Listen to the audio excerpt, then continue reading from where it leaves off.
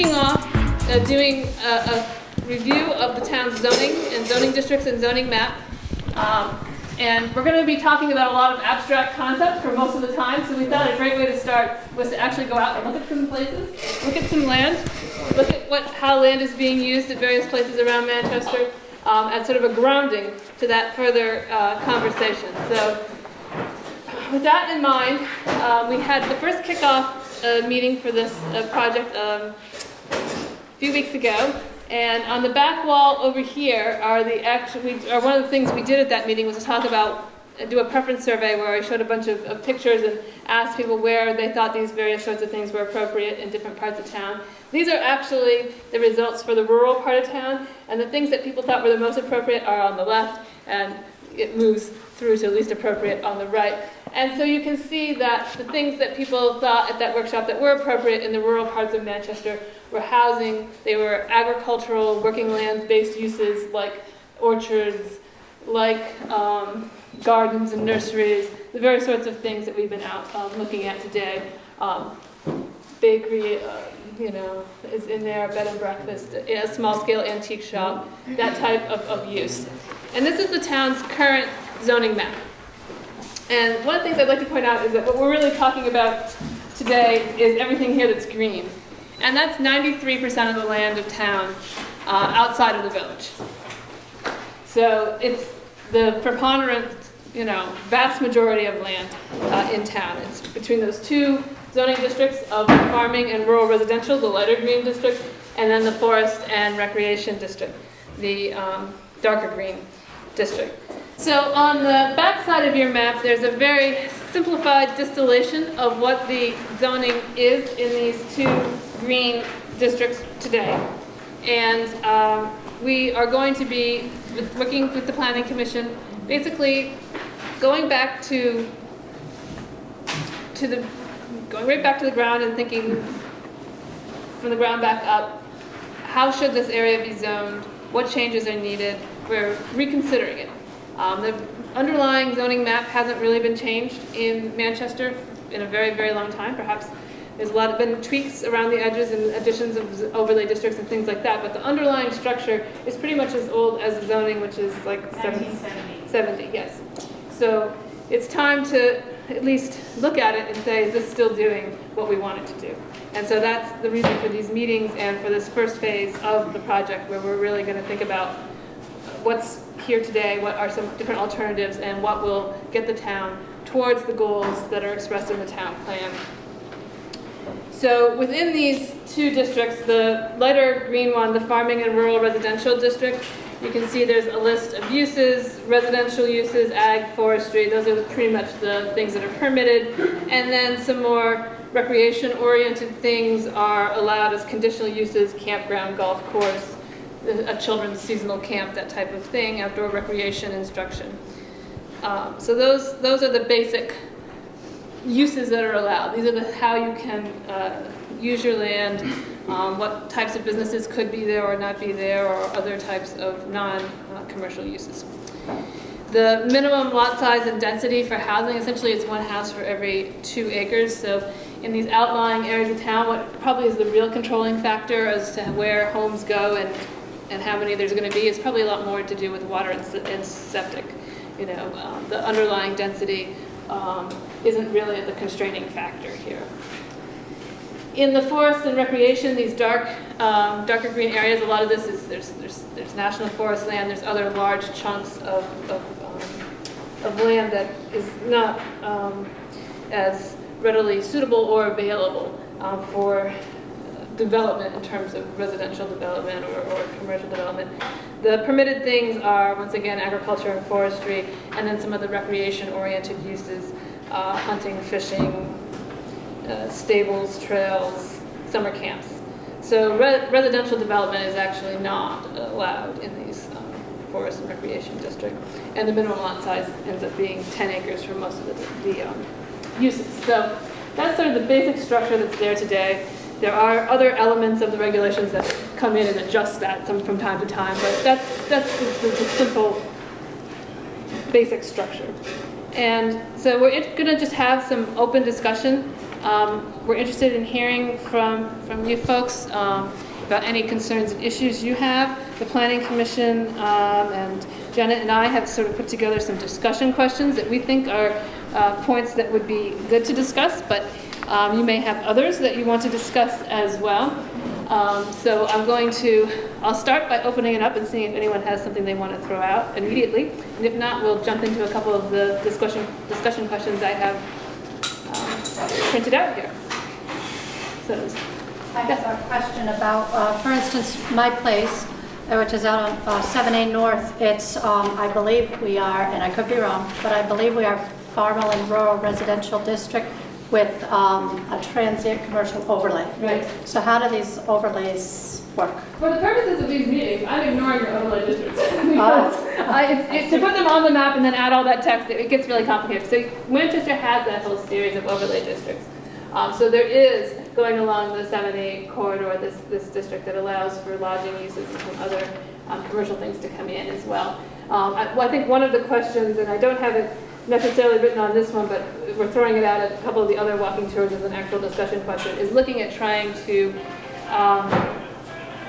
consolidate the districts and reduce the overlay number of overlay districts and try to get the underlying districts to do what needs to be done, and so that they don't need to be adjusted by adding more complexity on top of them.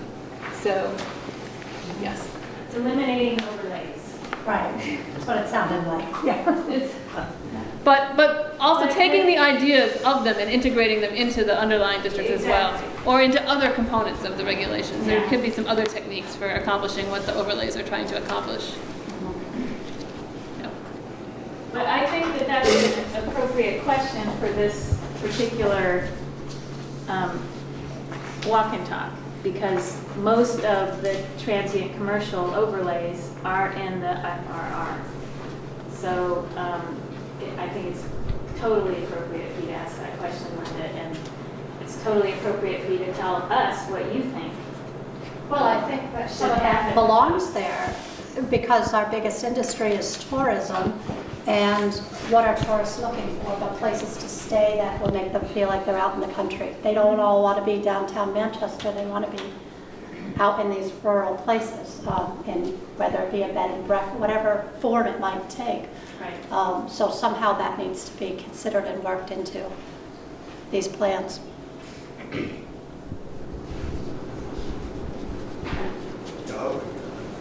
The overlays actually may make sense to continue that, because we have the underlying notion of what's allowed in those districts, but in specific places that really make a special sense. You have a few more things allowed.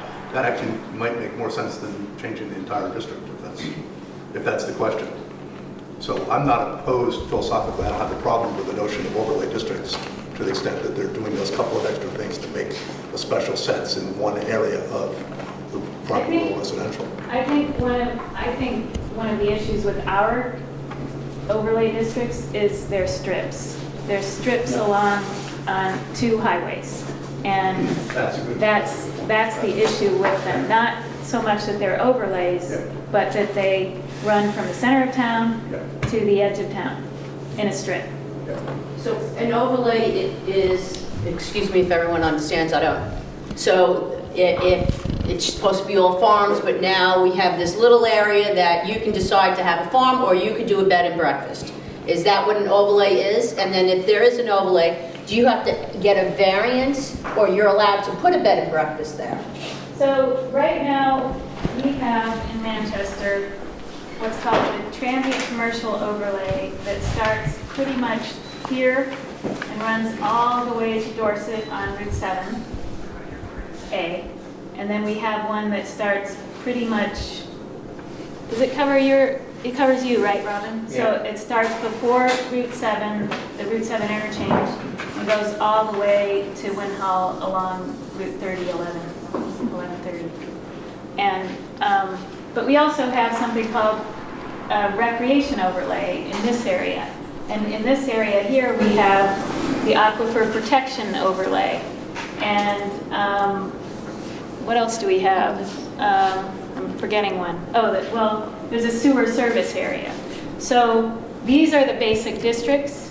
but we have some overlays that give some either more prohibitions, such as in the case of the aquifer protection area, or give provisions for certain types of commercial development where there might not be in the primary district. What is the aquifer protection overlay? We have 2 wells that serve the town, that serves the town water system, and the aquifer that feeds those wells is in this area. And so there's a protection overlay on that restricts uses that would be detrimental to our the safety of our drinking water. Uses that could potentially cause pollution. You know, Highway sheds are a good example. you know, you don't want certain industry on top of your aquifer. No PFOA allowed. Right, Yeah. right. No gas So, right. Yeah, things where spills or leaks could potentially be a problem, where they might have storage of materials that if there was an incident and they leaked or got out, could cause problems for the water. So that's pretty typical there. And then the transient overlay allows additional uses, like Jenny was saying. So, I mean, that kind of feeds into this first discussion question about whether there needs to be more than just these 2 districts, whether this being such a large amount of land, particularly for the farming and rural residential, whether that really does need to be broken up into more districts, recognizing that there's sort of small residential developments and neighborhoods in here. There's larger pieces of still working farmland, like the land we've been looking at today. There are the highway corridor areas that are developed in certain ways. And should they all be in the same zoning district in the first place? Well, the first things that pops out to me is that working farmland should be protected, and that 2 acres is way too small for the entire zone. And then we should identify those areas that we want to protect as farmland working. Anyone else agree or disagree with the idea that there should be less housing in some portions of this area? I think the southern portion is the one that should be protected, where we have most of the farms and some huge acreage that currently is just sitting there, Unproductive, unproductive, not working. not working. So let's say I would that- hope in this process that we take into account various studies that have been done throughout Vermont on the growth of small farms and so on throughout. I mean, I've just been up in the northern part of the state, and I'm just amazed at how much agriculture there is there, and small farms too. It's not, well, some of it's really industrial, but there's a lot of small operations up there. It was very impressive. And you'll find that a lot of it has just to do with the price of land. Yeah. I mean, for example, where those houses were built, Behind. you know, kind of Mount Aeolus Road, you know, that was a 25-acre, is that what it's called, Aeolus Road? The west land. You know what I'm talking about? Oh, across. Past Donny yeah. Door, on the back Right. of Riley Rink. It's- So that should have been farmed. There was no reason that became houses. That was 25 acres right on the Battenkill. And, you know, I think it 500,000, something like that, it went for. So It's expensive for to farming multiple, today. multiple bidders that wanted it. So I mean, I tried to talk to him. He's like, "There's nothing you're going to do about it. This town's going to hell. It's not worth farming. This is, it's worth too much money. I'm taking my money." And that's kind of like reality. People at that point. I mean, not everyone's as cynical, but still, like the temptation to cash out. So that's just has to do with it. So and if you're helping people, buy land, that's complicated. But that just has to do with the value of second homes and New Yorkers and whatever.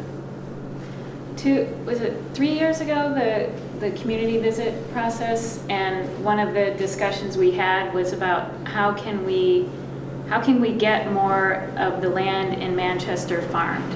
And there are people who have acreage, and maybe it's their second home or whatnot, that may be interested in allowing some of their acreage to be used for agricultural purposes. I know on West Road, one couple that allows their acreage to be used for pasture, for cows. And just because they like it.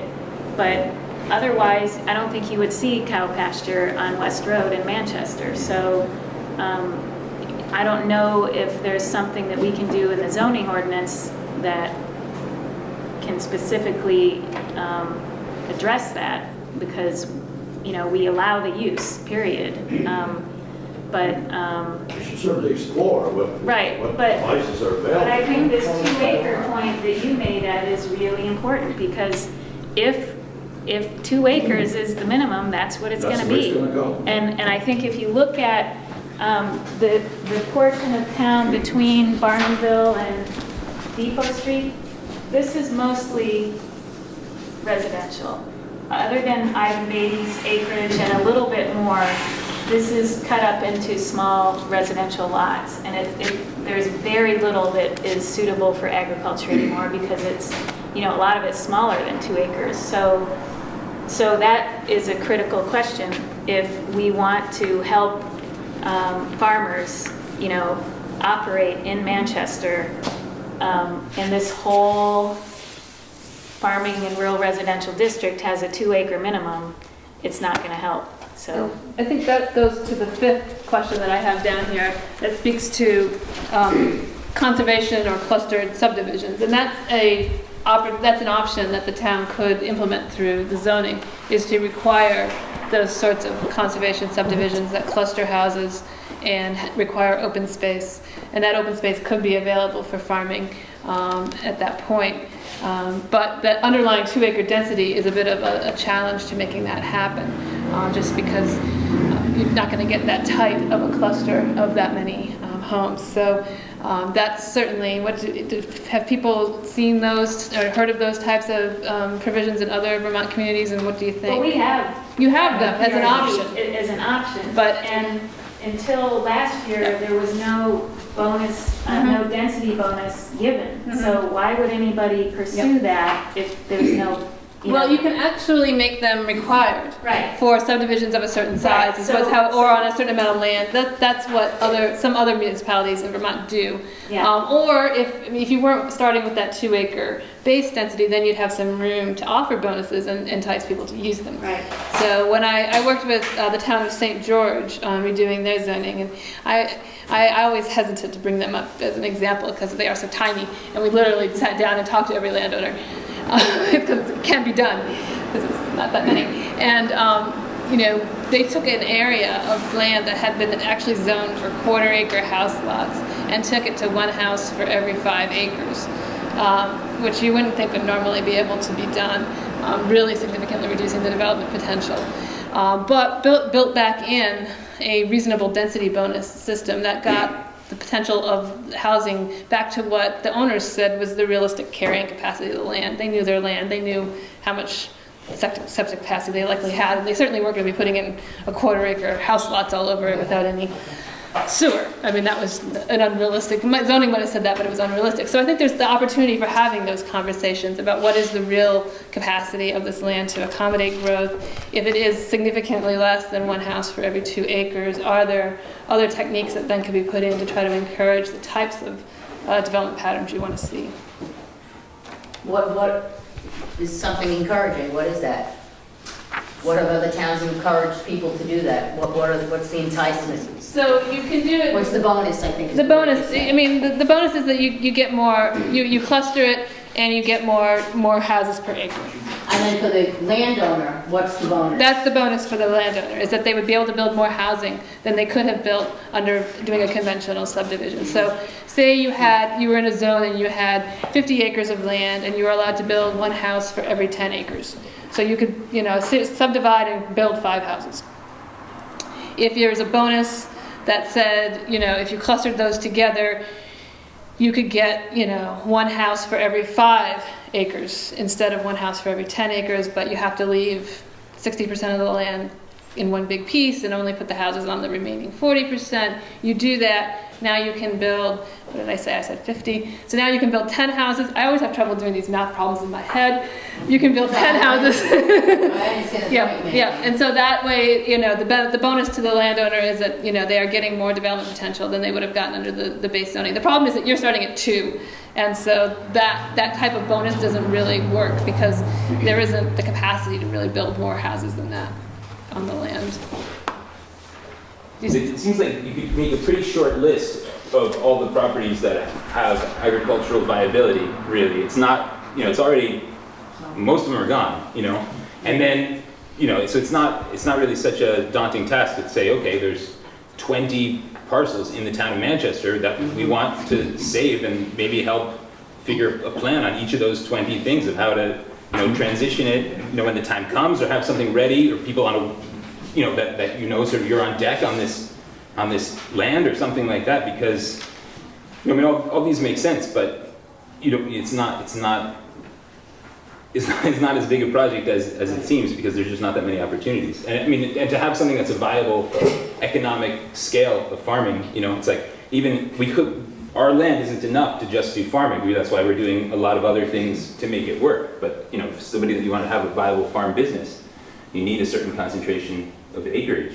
And it's like, we tried having, it's like you said, it sounds nice to go have a field that's like 6 miles away. It's really hard to do a good job on a field that's 6 miles away. And, at the best, that's what you're looking at, is somebody, so if you say you could build this land and then there's going to leave a piece open for someone else to use, you got to find somebody that wants to do it and it's worth it and makes sense. And it's a question about like the identity of the town. And honestly, we had this really similar discussion at the 2020 challenge thing. And I was like sticking my neck out there again and again saying, agricultural issues, food issues, but in the end, that's not what people chose the priorities to be that they wanted to talk about. And I think though that it was, and it's just that the food issues got split up into too many categories and it diluted the vote.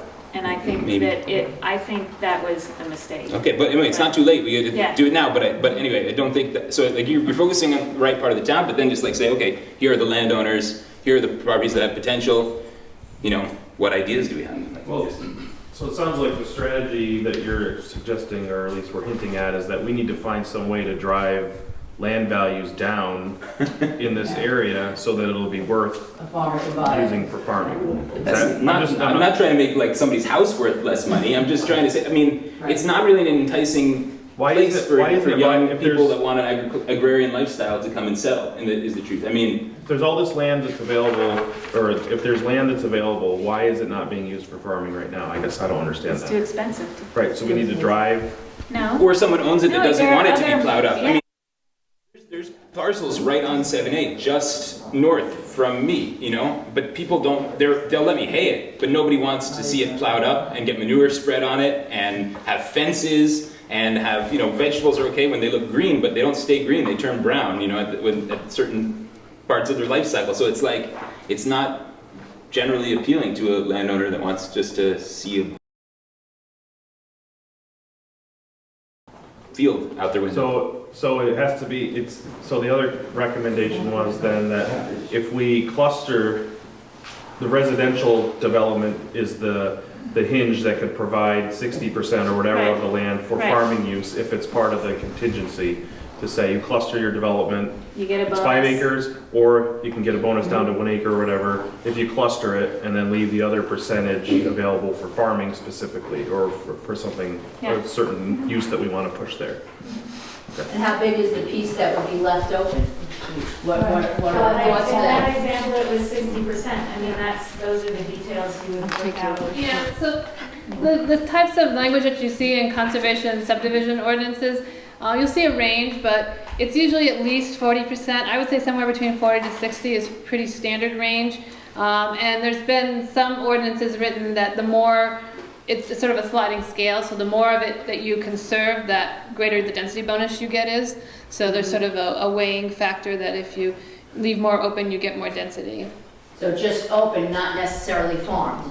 It could be farmed, it really depends on the land. And that's one of the things that you're trying to do with the conservation subdivision. It really looks at the natural resource values of the property.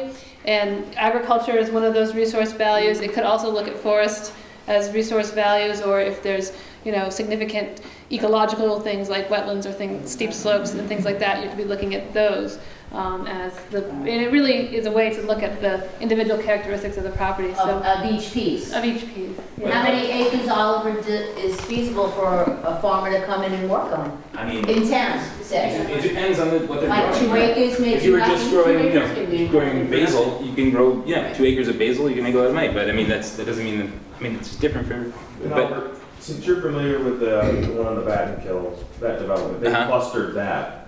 they But did, the- and but they the probably rest of did the get land- the open space, but it's not usable open But the space. rest of the land wasn't used for farming, so is that a good example where those 5 houses or 7 houses or whatever that are there, if those were a cluster development and then the rest was farming as a mandate, that would be a good Maybe, but success story. maybe if it was done in collaboration with the farmer that was gonna use it, and then you figured out how the development would actually make sense, you know? Like for this, when they did Hawk Meadow off Muddy Lane, Wilcox used to use all those fields to grow corn, and then once they put in, that they still had big parcels behind the houses, but there were driveways and the hills that went in. You couldn't go in. So we started hanging there for a little while, and then we moved all our gear to the other side of town. But that is another parcel right behind Rogers Place. That was a beautiful agricultural piece. So you'll often see in some of these conservation subdivision provisions language that really gets to this. So looking at, because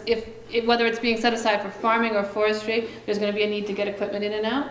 There's going to be, the need to have buffers potentially if you're going to be out. This is the manure spraying issue between where the houses are going to be and where those fields that are going to be used for that type of use might be, so that it is compatible. There's really, the whole point of that approach is to try to look at all of those issues and to make sure that you're not just, you want to start the design process in reverse. You don't start by figuring out where you want to put the houses. You start by figuring out where you want to have the land left to be used for some other purpose, for farming, for forestry, for natural resource protection. And then you work back to where the houses are going to go and where the roads are going to go to make sure that you've achieved the goals. So that's the underlying concept of that approach.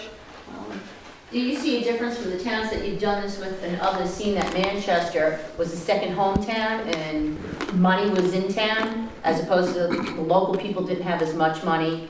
It seemed that second homeowners had. So do you see that that is part of the problem? Like you said, the land is expensive because people are building expensive houses. So now how do you take somebody that's owned a lot for 30 years saying, I'm going to bank this someday, and now all of a sudden, oh wait, now I can't bank it because this is going on? So is Manchester special that way than other towns? I wouldn't say so. I mean, some of the best examples of this type of zoning approach come out of the mountain towns with ski towns. Warren and Waitsfield come to me quite immediately. They both have that approach for in their cases, they're looking more at forest land than farmland, but. Okay. So, all right, so it's not unique Yeah, with I that would say they being... have very similar issues Okay. from the second perspective that you do. Okay. Yep. Are there any state programs that could help with the preservation of agriculture, like buying development rights or things like that? There is the state's program that works through from the Housing Conservation Board. Yes, thank you. There are not bucketfuls of money laying out there for doing this. Unfortunately, it's an expensive project and usually does require some local involvement in philanthropy as well. But there's definitely opportunities to look for. There's other things that come in. There's tax benefits and things like that can be helpful. And so building, some landowners, the conservation of their land is a personal goal that they have and a value that they want to pass on to the next generation. So there's more than just the outright price of the land. Usually most of these conservation deals have several of those threads running through them to make the math work. And there's also the Vermont Land Trust, which countywide, 25% of the acreage in Bennington County is in land trust, and only 8% of that is farmed. I don't know how it splits out into towns and regions, but it might be worth looking into, only because that does become Yeah, and the More land trust affordable. is who's running the easements and such that we were just speaking of. And I do know that a ton of the land in Rupert along the Batten Hills is reserved. That's in Manchester. They, you know, they have their sort of their areas that they concentrate on the contiguous stretch. And they are a little cost conscious as well. So I did a lot of work in Addison and Chittenden County, and you know they're buying cheaper land in the southern parts of Addison County over and conserving that over buying land in Charlotte and Shelburne for the most part. Because we also have a local interest. We've done 7 or 8 projects in the last 10 years. Some of them as small as 2 or 3 acres that has been strategically placed, and some of them quite large, like the Shin Baby project, which preserved a really critical meadow up near Ivan's house. The other thing I was going to mention is that we should also think about the flip side of this discussion, and that's to the extent that, like Oliver talked about, we know where those parcels are that make sense potentially for agriculture. We also should look at whether there's places where it potentially makes sense to have very intensive development, and by quarter-acre lots or whatever, so that we can build middle-class housing and housing for people who want to live here and work here. And that's only going to happen, I think, in this area because the center is already so pretty densely developed. So in some ways, it's the best use of land to identify those places where you can do very intensive development, which is along the lines of what you're talking about with the cluster. But I'm even talking about something different than that, a place where you can build on quarter-acre lots or whatever, rather than 2 acres. 2 acres is kind of the worst of both worlds, of all possible worlds. What we ought to be doing is a lot more strategically identify within this area those places where we can do some intensive development to build that working housing for workers and middle-class housing, and then there's areas where we want to, in fact, have it be much more than 2 acres.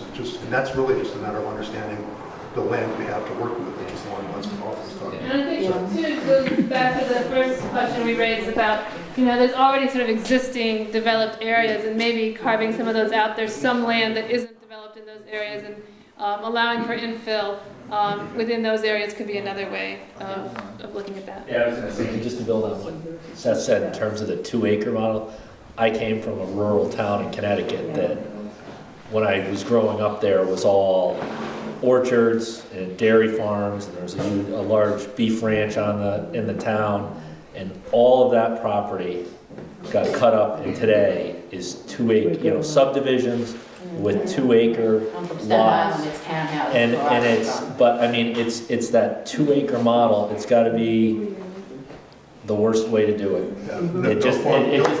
No farming, and nobody can afford no farming, and there's you don't end up with a downtown. Yeah, right? There's no center of the town. It just is literally a town of 2.5, 3-acre lots. So what do you think for high density that you're saying? I'm from Staten Island, New York. I've owned a house in Manchester for 30 years. I bought my house here because knowing I'm retired, I was able to retire early. And because I like the community, I like the size of the lots. I'm worried that I'm going to be living in Staten Island in 10 years because what is high density? A quarter-acre lot, 100 by 100 is beautiful. Or is it going to be 50 by 100 lot? Is it going to be 20 by 100 lots? What is the community dictating for that? The other thing is, I had said to you earlier, what stops someone from Staten Island coming up and buying a second home for $250,000 now when the town is thinking, your daughter needs a $250,000 house, but now second home buyers are saying, oh, I can get a cheap house in Manchester now. I don't have to pay $500,000 or $600,000 for it. So what is the consensus for the size of the lot for high density? Is it 100 by 100 lot? I think we're working on that, and I think that in an ideal world there isn't one size that fits the entire community of Manchester. Right. That there are areas that there would be quarter-acre or maybe even smaller lots than that. Depending on The stratification. Right, and then as you work out from the center, they get a little bigger, and you get a little less dense, and then by the time you hit the perimeter, it's what you're looking at out the window there. I mean, that's an ideal world. Right. No, I was just wondering what are the people saying in town and stuff that they want. And I would point out on the map, the line shows where the sewer service area is, and that's a real determinant. Outside of that area, you're on septic systems. And while you may be able to cluster a small grouping of houses together on quarter-acre lots, there's not going to be 300 homes on quarter-acre lots on septic systems in Manchester. So it's really a matter of scale of it. And what if there were 6 homes on quarter-acre lots clustered together with, you know, with a dozen acres of open land around them? You know, it's a very different, that the homes might be high density, but you would still feel like you were in a rural setting, you know, that type of development.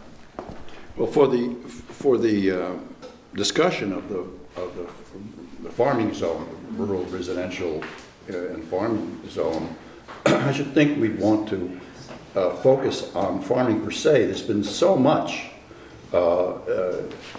in the news. Everybody's thinking about how valuable having food grown close to home is. We've seen 3 great examples of how that's happening. So the focus should not merely be on preserving open space in the farmland area, but specifically how to encourage it to be used for farms. Okay. And I'd say that transitions a little bit to the last 2 questions that we haven't quite touched on, and I would like to just briefly touch on them, and we're running short of time at this point, but thinking about the businesses that we went and looked at today, you know, the state has a definition of agriculture. There's some room for having on-farm businesses essentially that expand off like the ones we looked at today that are still under that umbrella of agriculture. But then there becomes this other area where once you've expanded to a certain point, you really are no longer under the umbrella of agriculture. And unless the town zoning supports those expanded uses, there's a ceiling to what can be done with those businesses in terms of what they produce on site and how much they can process and things like that. So I think that's another area to look at if trying to encourage sort of rural land to stay in rural uses. There needs to be thought for how those businesses can continue to grow and fit. So there's a balancing of scale and impact and what's expected. And that's both for farming-related uses and forestry, woodworking, you know, wood-related uses as well. So I know there's been a lot of discussion in Manchester lately. So that's...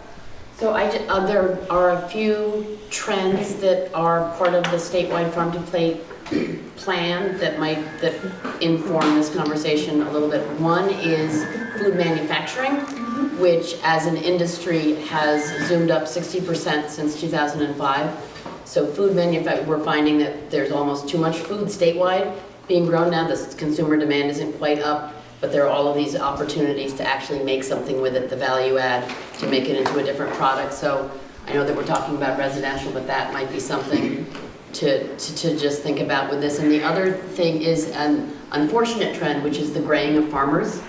Over 75, something staggering, like 75% of active farmers in Vermont are 65 years old. And so there is this great opportunity to think about encouraging and incubating the next generation. And that could be done with awesome high-density housing units with lots of land for people to... But fundamentally, I think it comes back to making Manchester be a place that young people would want to live. Because whether you had a farm or you had some kind of a small business that was, you know, somehow hip or creative or might deal with food, it might not. But it's creating a community which is, you know, vital and somewhat young, family friendly. I don't know. I mean, it's broader than just a land use issue, but it's like something that we're all invested in to some extent. You know? So, you know, just one question we have, you know, as a community, I mean, there's a consensus that we want to conserve at least a portion of the community, but I guess the question becomes, how much land do we really want to preserve as truly agricultural, you know, working agricultural land, as opposed to just open space? Because there's a... No, I see what you're saying, you're just giving, that's 2 different things, open space or farming it. Well, if I also may say what I think everybody in the room already knows is to encourage those young families to come here and learn about that lifestyle, we have to have affordable housing. Yeah. So you have to have higher density, therefore more affordable housing for people, which I know is why we're all here today. All of those reasons. And just to follow up on what Linda just said, we are having 4 of these walk-in talks And the next one is for the downtown. It's on Wednesday. It will start at 11 at the library. We'll do a walk around downtown, return to the library, and have another one of these discussions there. And then on Friday, we will have the industrial one, which, you know, we could talk a lot about what Liz just said. And all of these, I think, should, you know, be informed by the others. And the last one is Monday, the 23rd, and it will be right at Town Hall. We'll be walking by your place, and in that area, and the topic, you know, is residential infill. But all of these inform the other, so.